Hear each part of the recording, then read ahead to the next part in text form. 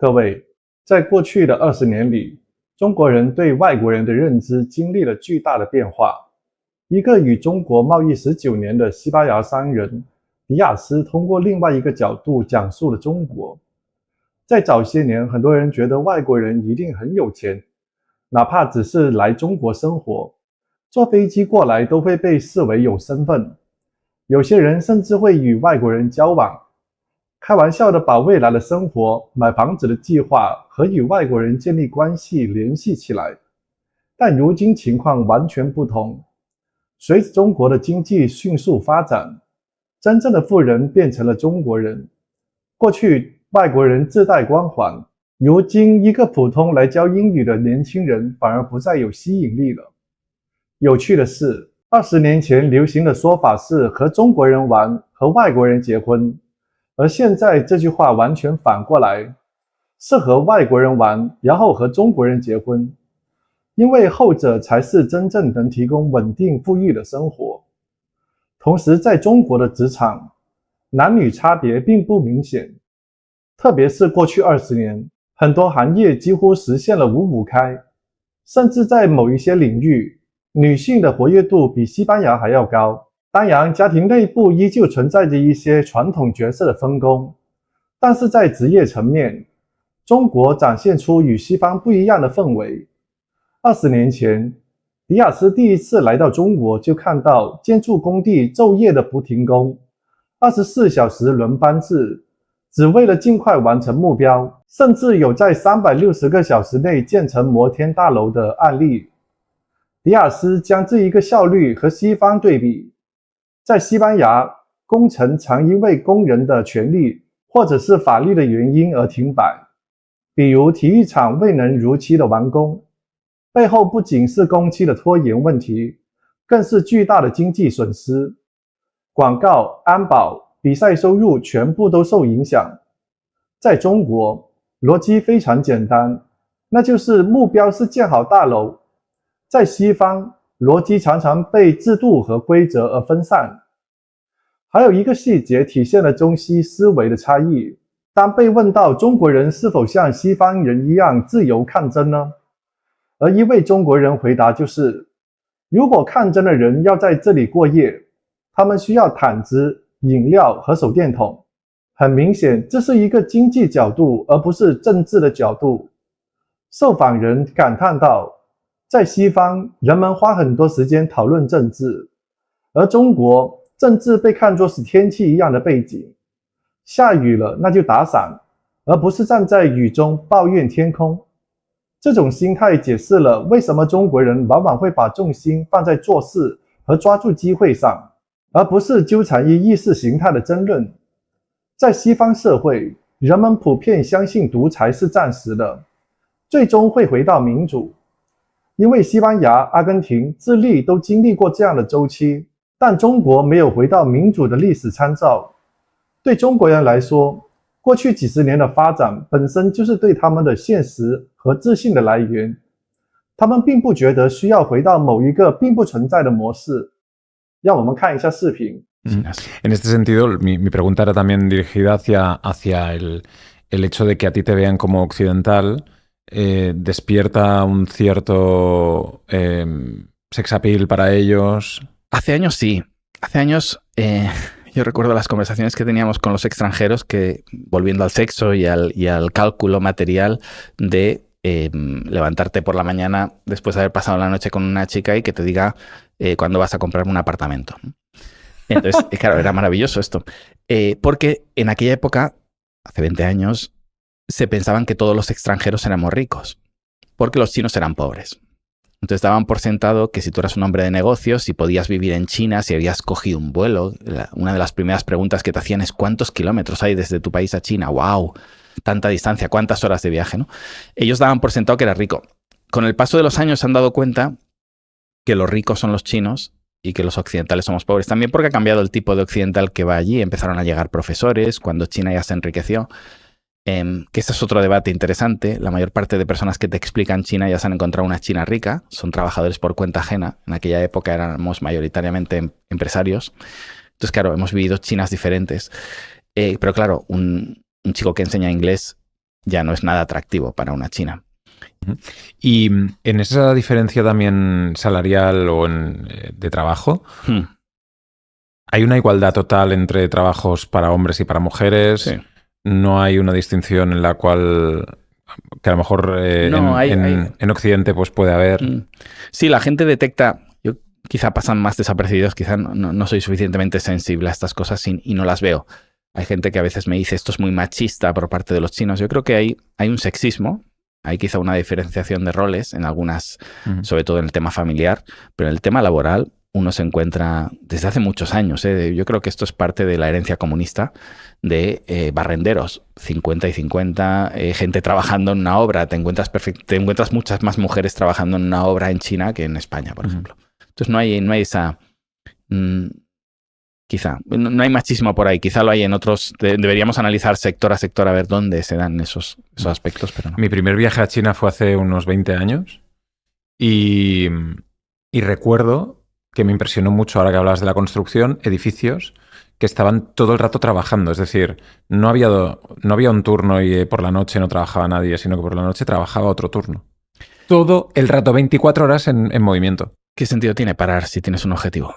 Claro. Yo tengo un vídeo con el que empiezo siempre mis presentaciones de un rascacielos construido en 360 horas, en 15 días. Y claro, vas viendo el vídeo el día y la noche. Y justo lo estaba colocando el otro día en una conferencia que di en Colombia y les decía que acababa de leer una noticia por el cual habían denunciado la construcción del Camp Nou porque se había trabajado en fines de semana y no estaban autorizados a trabajar el fin de semana. Y decía, esta es la diferencia de China con Occidente. Mientras en China se trabaja sin parar, como dices, porque el objetivo es acabar el maldito edificio, cueste lo que cueste, y eso genera PIB. En Occidente las regulaciones lo que hacemos permanentemente es atacar al PIB, que en pos de los derechos de los trabajadores, que pueden ser, en este caso, muy correctos, se acaba destruyendo PIB. Y esto que dices, bueno, pues a veces no se piensa, dice, bueno, pero es que los trabajadores que están trabajando en acabar un estadio de fútbol tienen sus derechos, sí. ¿Sabes la cantidad de dinero que se está perdiendo cuando no se pueden vender esas vallas publicitarias, cuando no se puede jugar un partido en ese estadio, cuando no pueden ir esos guardias de seguridad que van a estar custodiando el estadio, esos enfermeros, esa policía que va a estar manteniendo la seguridad? Todo eso es una sociedad trabajando, generando PIB, que de repente un juez te paraliza una obra y lo para todo. En pos del derecho de un trabajador, quizá se están vulnerando los derechos de 10.000. Es muy difícil calcular eso. En China lo tienen clarísimo, que es... Adelante. Pero también hay mucha gente para poder hacerlo. Es decir, tiene un volumen de población en el que se pueden permitir que todo el mundo... O sea, que haya mucha gente trabajando. Lo que te digo, tenemos falta de mano de obra en la mayor parte de sectores. Entonces, no es tanto porque haya mucha gente para hacer una autopista en España, hay gente suficiente en España. Para limpiar un bosque, ahora que hemos tenido incendios en España, hay gente más que suficiente. Tenemos desempleo, para empezar, en España. Entonces, no diría, tenemos esa idea de son 1.500 millones, pero lo vamos dividiendo en sectores, en provincias, y al final están ocupados. Aquí, de hecho, hay más mano de obra ociosa para hacer algunas acciones y en cambio no lo hacemos. ¿Qué cosas les chocan de nosotros al pueblo chino? Hace poco una chica occidental que trabajaba para mí en China se vino a vivir a Barcelona y lo primero que me decía es estoy tan achinada que cuando voy por la acera y veo a la gente sentada en las terrazas digo, ¿pero qué hacéis que no estáis produciendo? Y esto lo decía una occidental. Claro, yo a veces explico, vine con un grupo en el 15M cuando vine a Barcelona y tenían la plaza ocupada. Y un grupo chino, de chinos. Un grupo chino de empresarios que traje a Barcelona, empresarios y turistas, pues venían con sus familias, y yo les estaba enseñando Barcelona. Entonces yo no sabía que estaba este problema en Barcelona, entonces llegué, claro, a la Plaza Sant Jaume, porque para mí es un sitio para recorrer por medio del barrio gótico, y llegamos y estaba todo ocupado por gente con tiendas de campaña o gente sentada en el suelo, etc. Entonces uno de los empresarios españoles que me acompañaba, pues le dije, voy a ir con un grupo si quieres venir, pinchó en el sentido de que siempre les preguntamos, no se puede hablar de política en China. ¿Qué? ¿Pueden hacer esto en China? ¿Pueden El chino se quedó pensando, no entendió la connotación de intentar pinchar. Su respuesta fue, ¿sabes lo que estoy pensando? Estoy pensando que toda esta gente, si va a pasar aquí la noche, necesitan Coca-Colas, necesitan mantas, necesitan linternas. Claro, nosotros estábamos haciendo una pregunta política y él te estaba respondiendo una respuesta económica. Estaba viendo oportunidades de negocio. Entonces, fíjate el cambio de mentalidad y lo que les sorprende de nosotros, ¿no? Ellos no pueden entender que nos pasemos el día hablando de política. Nosotros pensamos que ellos tienen prohibido hablar de política. Ellos no entienden cuál es el beneficio de hablar de política. Para los chinos, la política es un fenómeno atmosférico. Llueve, pues llueve. ¿Qué haces quejándote de que llueve? En el peor de los casos, si no te quieres mojar, coge un paraguas y sigue caminando. Pero no vas a, por mucho que le grites al cielo, no va a dejar de llover. Eso es inamovible. Por tanto, ni siquiera miro hacia el cielo. Yo sigo. Si llueve, montas un puestito de paraguas vendiendo paraguas. Exactamente. Entonces no quieren cambiar eso y no entienden que nosotros les digamos permanentemente que habría que volver a eso o que habría que volver a un lugar del que nunca han estado. Y en ese sentido, cuando ves a los chinos que están aquí en España, por ejemplo, ¿tienes relación con ellos? ¿Has hablado con la comunidad china que vive aquí en España o conoces? Sí. Cuéntame eso. Esto es interesante porque ahora ya también el mundo se ha globalizado, ¿no? Pero hace 10 o 15 años, el 90 y mucho por ciento de los chinos que estaban en España eran todos de una región, de esa región todos de un pueblo. Entonces, claro, nosotros cuando decíamos, yo distingo a un chino de un japonés, tú estabas pensando en los chinos de una región y de un pueblo que vienen aquí a trabajar, que son de clase baja, con un turista japonés que venía con su cámara de fotos. Esa es nuestra racionalidad para hablar así, ¿no? ¿De qué región, de qué pueblo? La provincia se llama Zhejiang y el pueblo se llama Xintian. Si tú le vas a un chino de un restaurante o de una tienda de flores que hay hoy en día y tú le preguntas de dónde eres, déjame que adivine, de Xintian, lo vas a adivinar. ¿En serio? Sí. Que la gente lo pruebe. Sí. Probadlo y dejadlo en comentarios. Exacto, probadlo. Si es un chino súper capitalista y súper rico, es probable que sea del sitio de al lado, pero bueno, hay 20 kilómetros de diferencia, que sería Wenzhou, pero si no es de Xintian, y cuando vea que decís Xintian se van a sorprender de que conozcáis ese lugar, porque es un sitio relativamente pequeño, y de ahí salen todos. Entonces,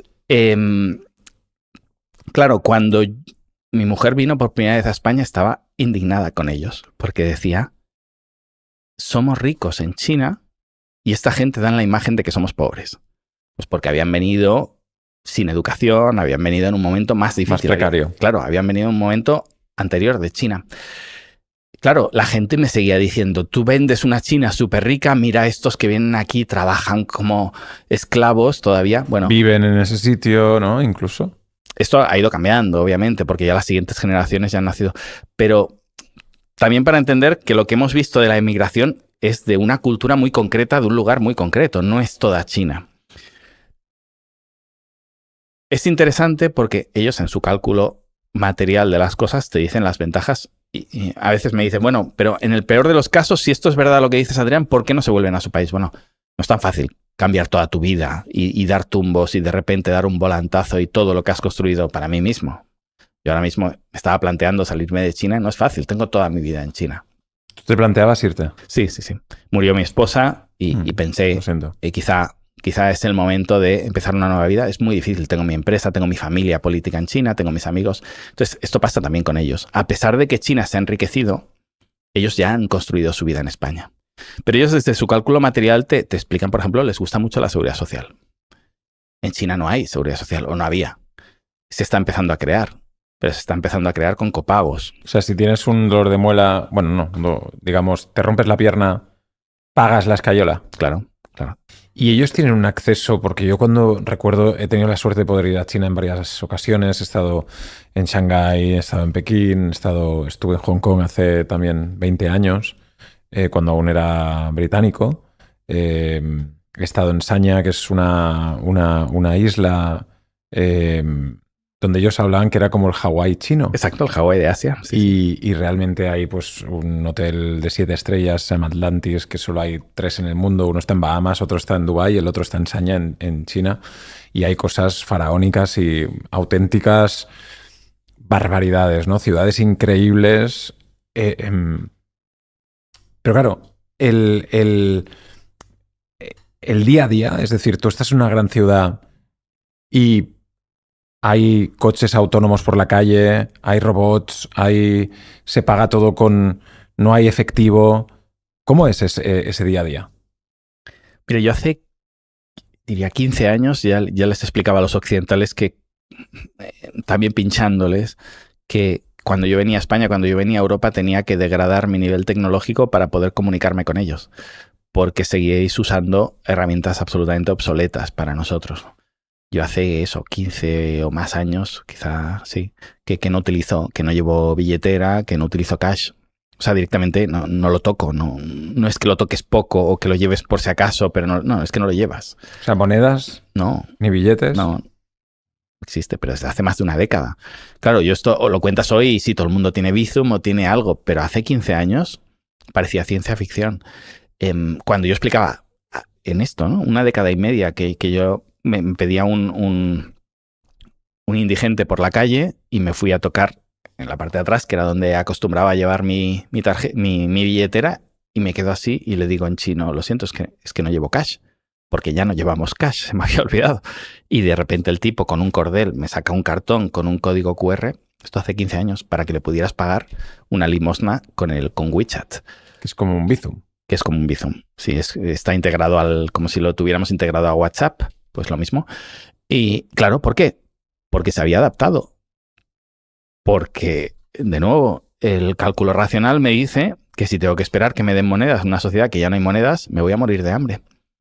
Entonces me he adaptado tecnológicamente para que me puedan seguir donando. Claro, esto lo dices hoy, no sorprende a nadie. Hace 15 años se pensaban directamente que mentía. Pero hasta una persona rural, de la China rural, en un pueblo hiperrural, sí, utiliza WeChat. Sí. Los WeChat o Alipay, que son las dos opciones que hay, en los puestos callejeros, o sea, un vendedor ambulante, es que te perderías a todo tu público. De hecho, el gobierno chino el año pasado ahora está facilitando, porque los extranjeros nos costaba agregar las tarjetas de crédito occidentales a los sistemas chinos, y el gobierno chino tuvo que imponer, que esto es muy gracioso, ¿no? Aquí nos dicen que nos imponen lo digital para controlarnos y el cash es un acto de libertad. El gobierno chino tuvo que obligar a los taxistas en Hangzhou, en unos juegos, no sé si fueron los juegos asiáticos o los juegos de invierno. Hubo unos juegos en Hangzhou hace poco y tuvo que obligar a los taxistas a que tuvieran cash por ley.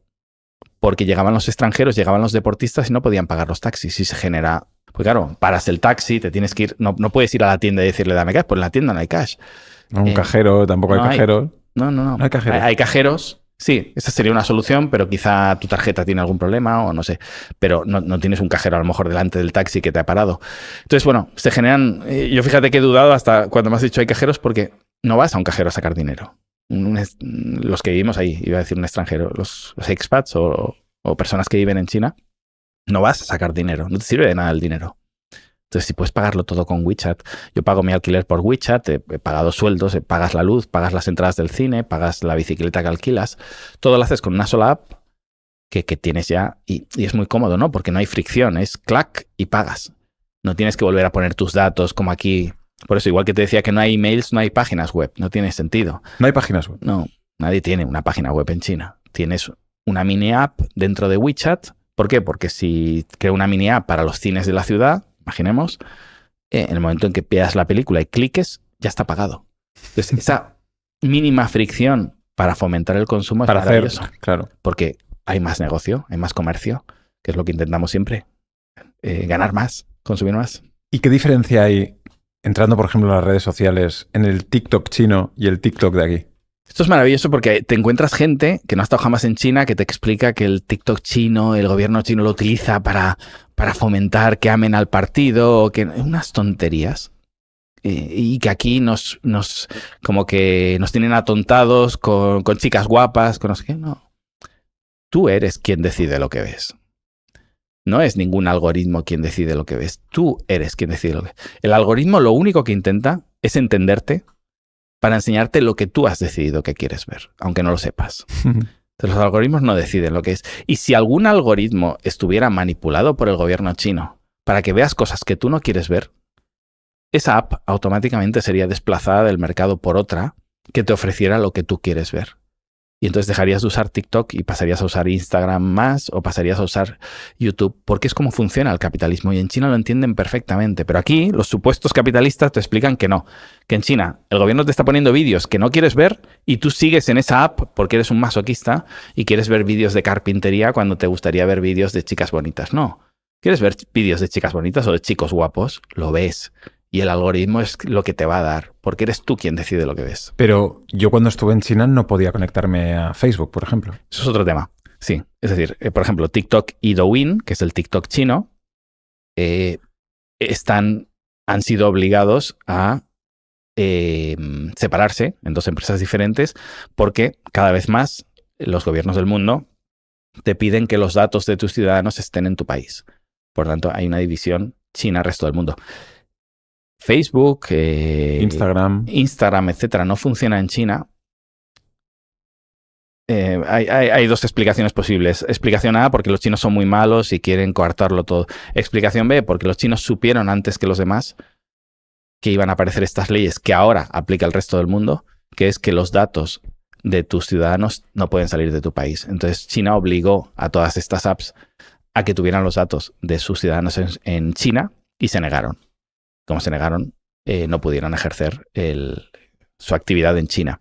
Hoy Europa pide lo mismo 10 o 15 años después. O sea, este es el nivel de retraso que vamos con respecto a las cosas que se implementan en China. Yo a veces digo, China no hace sino lo que al político de turno de tu país le encantaría hacer y algún día hará.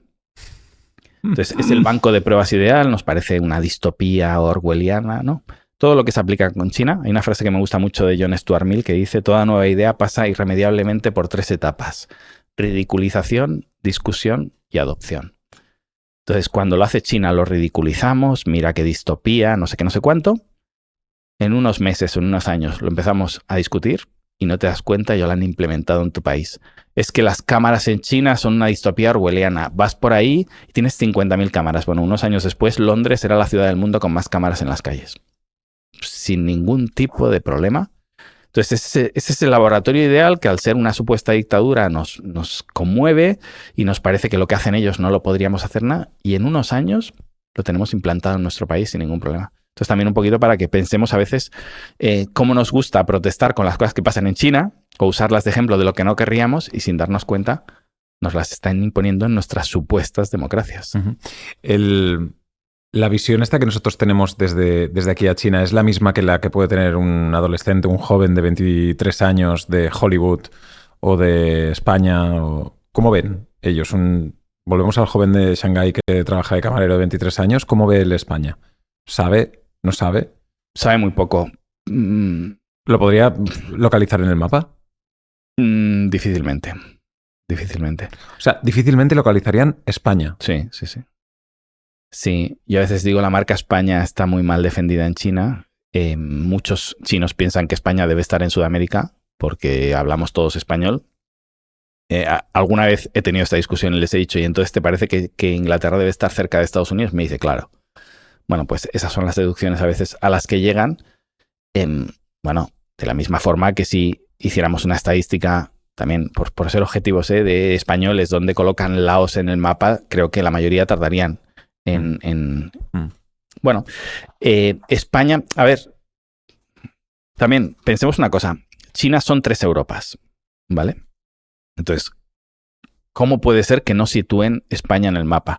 Nosotros podemos situar la provincia de Fujian en el mapa o la provincia de Zhejiang. La provincia de Zhejiang son 50 millones, exactamente igual que España.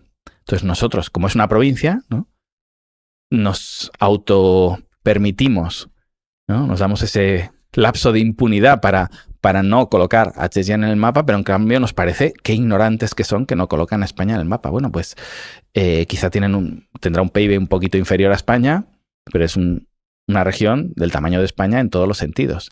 Entonces, bueno, para que sepamos, yo a veces digo, los chinos, y aquí sí que hago una autocrítica dura, los chinos tienen un firewall que no les deja ver muchas veces lo que hay fuera de China. Cuando quieren se compran un VPN, o sea, el que tiene interés está a $0.50 de solucionar todas sus curiosidades, ¿eh? O sea, no hay una restricción que digas es imposible, es el muro de Berlín, ¿no? Pero sí que es cierto que hay un firewall inicial por defecto que hace que no se enteren demasiado de lo que pasa afuera. Ujú. Pero el que tenemos nosotros, el nuestro, es voluntario. Decimos que tenemos toda la información de la historia del ser humano en nuestro bolsillo y no sabemos absolutamente nada de China. Ujú. Yo en las conferencias que doy en universidades les pregunto qué saben a los estudiantes en toda Sudamérica. Les pregunto qué saben de Nueva York o de Los Ángeles y me dan 50 detalles.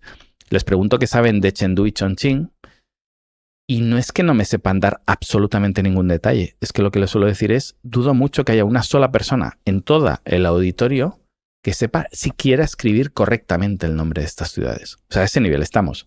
No es que de Estados Unidos sepas un 60 y de China un 40. Es que es un 100-0. Sabes casi todo, muchas cosas de Estados Unidos y sabes nada, ni siquiera escribir correctamente ciudades de 10 millones de habitantes. Ujú.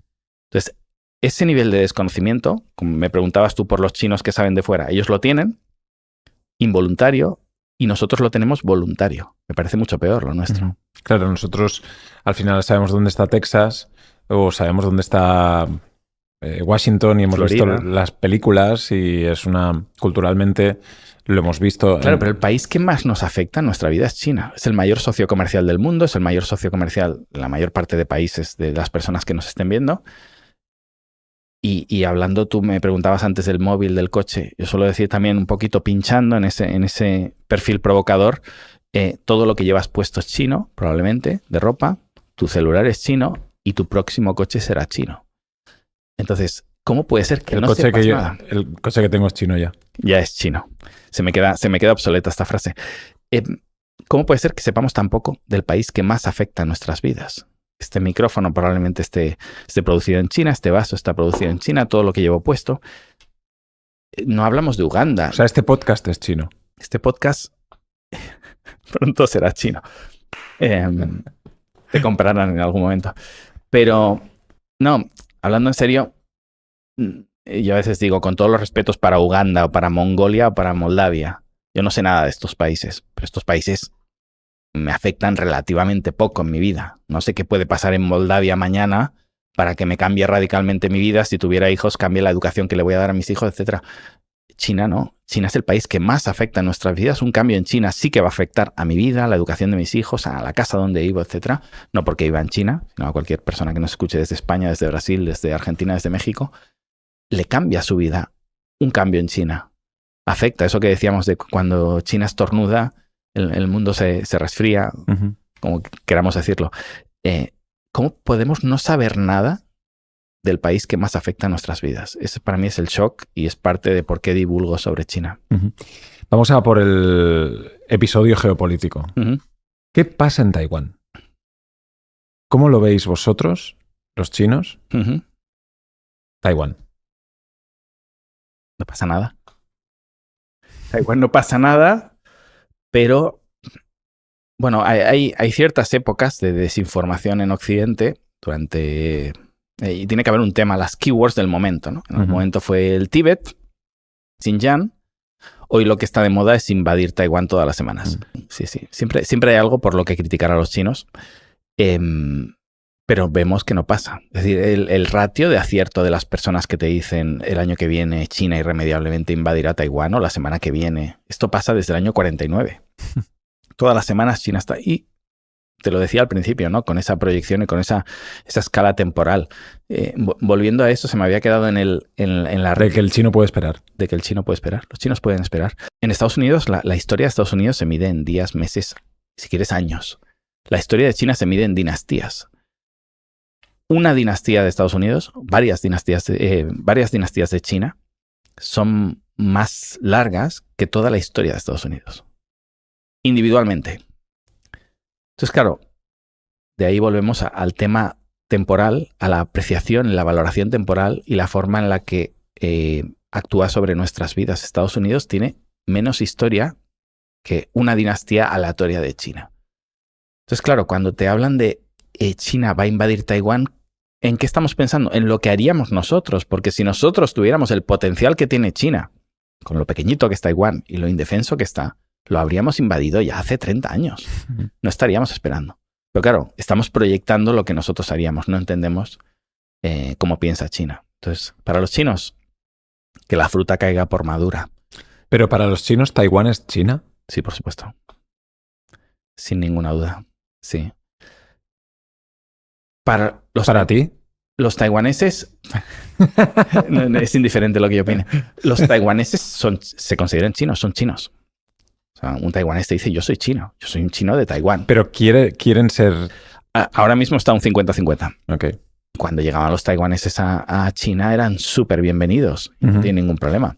Y cuando te encuentras un taiwanés en China es el primero que te dice yo soy chino, pues obviamente le interesan, ¿no? Y tiene sus intereses en China mainland y no tiene ningún problema.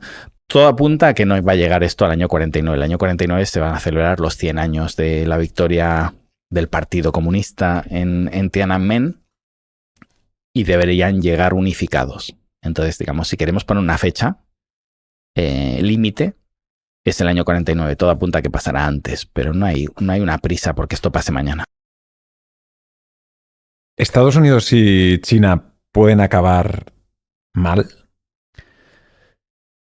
Es difícil hacer predicciones. Yo intento no hacer predicciones, pero proyectando lo que ha sido China históricamente. A veces me hablan del imperialismo chino de nuevo, proyectando cómo somos nosotros, cómo hemos sido los europeos o cómo son los estadounidenses. China no ha sido jamás un país con un imperialismo expansionista. Y a veces te dicen, bueno, pero es que conquistó a este país, conquistó a otro. Cualquier ejemplo que me puedas dar son vecinos, son países fronterizos.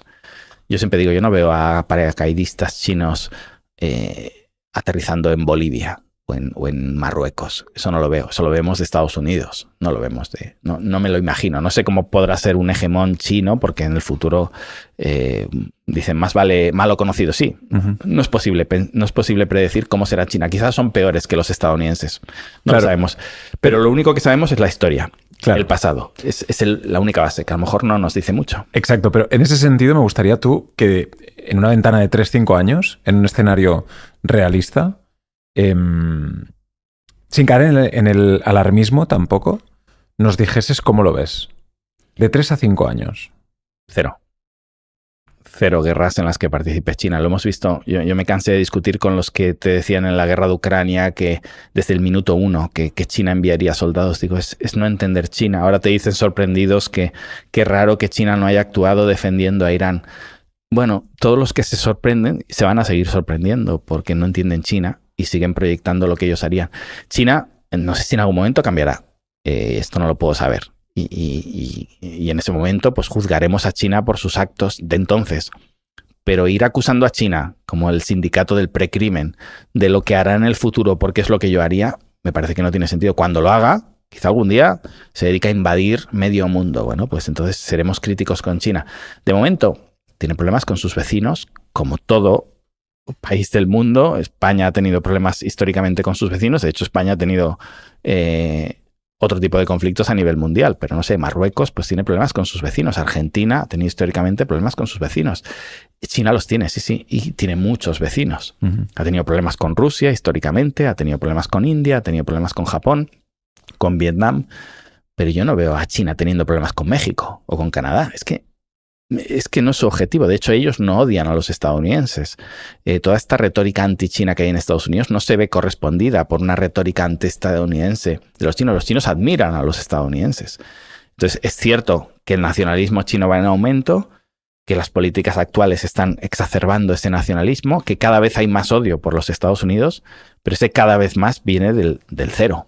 Es decir, todavía es muy bajo esa rivalidad con Estados Unidos, porque China nunca ha considerado un rival a Estados Unidos. Los rivales naturales de China, suelen decir, el rival natural en el futuro será India, pero para mí un rival natural muy fuerte de China es Rusia, porque tiene esto lo explica muy bien Robert Kaplan en un libro que se llama La venganza de la geografía, donde te explica que la necesidad natural de expansión de los chinos por la población que tienen es a un lugar que los rusos tienen vacío, que es todo el este de Rusia, ¿no?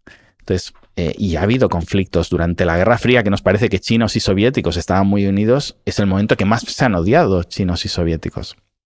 Yo he explicado alguna vez que yo estaba en un búnker, que lo íbamos a reconvertir en una bodega de vino en China, cuando yo les dije así en broma a las personas que me lo estaban enseñando, bueno, aquí estamos protegidos contra los estadounidenses, ¿no? Si hay una guerra nuclear. Me decían, no, este búnker lo creamos pensando en una guerra nuclear con la Unión Soviética. Con quien teníamos enfrentamientos y con quien hubo muertos es con la Unión Soviética. Nunca hubo un enfrentamiento con Estados Unidos. Entonces, claro, como nos lo han explicado todo mal, tenemos los preconceptos mal, entonces proyectamos fatal todas nuestras ideas sobre China.